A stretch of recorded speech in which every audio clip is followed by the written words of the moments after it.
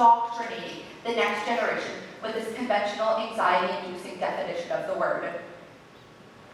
Now, imagine we lived in a world where success isn't just about achievements, but about something arguably more important, personal fulfillment. What would your life look like in this society? When we don't limit success to just a few terms, we encourage more diversity in the talents and passions people choose to pursue.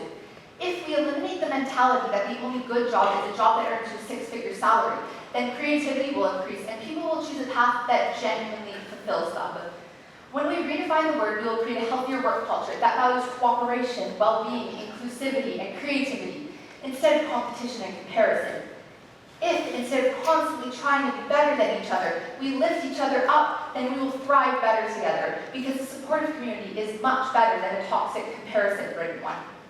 This shift to a broader definition can bring many benefits to our society. When we redefine success, we will see fewer mental health issues, because if people can pursue a career they actually enjoy, then they will be happier at work and look forward to their jobs. And innovation will increase, because when people can choose a path that interests them, they will perform better, and therefore more innovations will arise. As the famous Albert Einstein quote goes, "Everybody is a genius, but if you judge a fish by its ability to climb, I believe that it is stupid." This applies to your personal successes in life too, because as we've learned, success doesn't look the same for everybody. Some may have a career as their top priority, while others may be focusing more on themselves or their families. And just because they are striving for different goals does not diminish one or the other. Both can be successful because they are both focusing on goals important to them.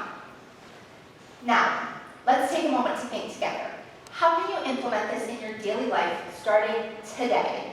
My first tip is to set personal goals.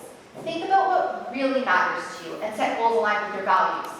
Focus on your daily wins. It's not healthy to always and only think about the long-term plans. Simply recognize and celebrate the small actions that bring joy, growth, or connection. For some people, just being able to get out of bed in the morning is an accomplishment, so treat it as such. Another way you can do this is to constantly remind yourself and those around you that success looks different for everybody, and you should measure success differently in all the different areas of your life. One last tip is to reflect and adapt. Implement a regular reflection period in your life to think about your current goals and if they are still meaningful to you. And if they aren't, it is okay to forget about them and move forward towards a more relevant goal, and adapt the metrics to measure them by, reflecting on your current state and meaning of them. While we're talking about success, we also need to talk about failure, because not only is it crucial to grow, everyone fails at some point in life, and that is okay. Failure plays a huge role in success, and you can't achieve success without failing. As a society, we have collectively, in a way, agreed to acknowledge and celebrate others' successes, while simultaneously sweeping their failures under the rug. Success is not solely about victories.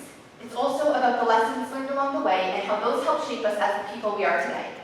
Some of the most successful people have faced the most setbacks. For instance, Thomas Edison, the inventor of the light bulb, famously noted, "I have not failed. I have just found 10,000 ways that won't work."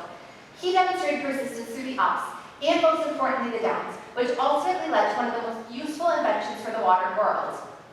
In any journey, failure is an inevitable part of the process, but we've been taught to fear it. When we can learn to embrace failure as a crucial part of any process, we can begin to see a success, and our understanding of it would completely change. And we would feel more empowered to take risks and learn from those experiences when we can begin to see failure as a stepping stone and not an obstacle.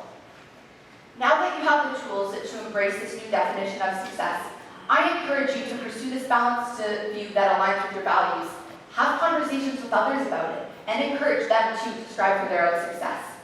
I recently had this change in perspective, and I realized that I didn't have to look very far to find success. It was around me the whole time. I just needed to shift my perspective.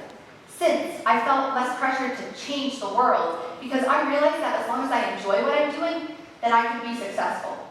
I encourage you too to make this change for the better in your lives. Now, I will leave you with this. Success is not a one-size-fits-all concept. It is different for every person. You cannot achieve your life success based on some preconceived metrics, because only you truly know what a successful life looks like for you.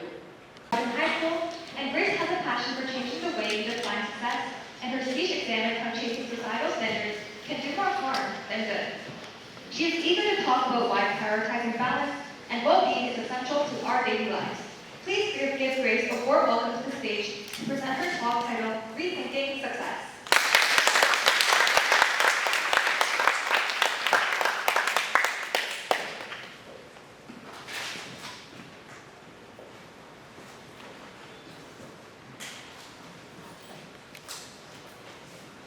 If I were to ask you to think of a successful person, who would your brain automatically go to?